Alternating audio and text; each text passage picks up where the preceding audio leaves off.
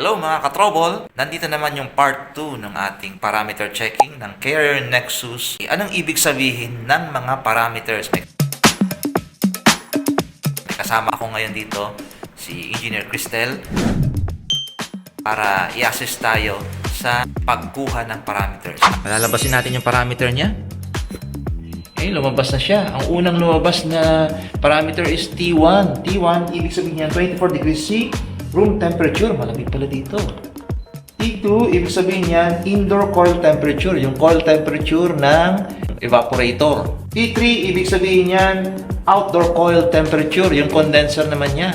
T4, ibig sabihin niyan ambient temperature. 32 degrees siya sa labas. Ibig sabihin, mainit din pala. TT, ibig sabihin niyan is yung compressor discharge temperature, 59 degrees C. Next parameter is FT. FT, ibig sabihin niyan yung target frequency ng compressor, 51. Yan yung itatarget ng compressor na umaandar dapat. Tingnan natin yung susunod na parameter. Yan yung actual frequency niya, FR, 50. So, nako-confirm na umaandar na yung compressor.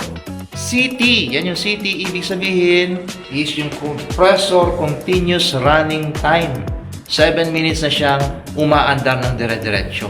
And the last parameter, ST. ST is yung cost of compressor stop, 04. Ibig sabihin yan yung code na nagsasabi ano yung cost ng pag-stop ng compressor. Alamin natin yan sa susunod na video natin.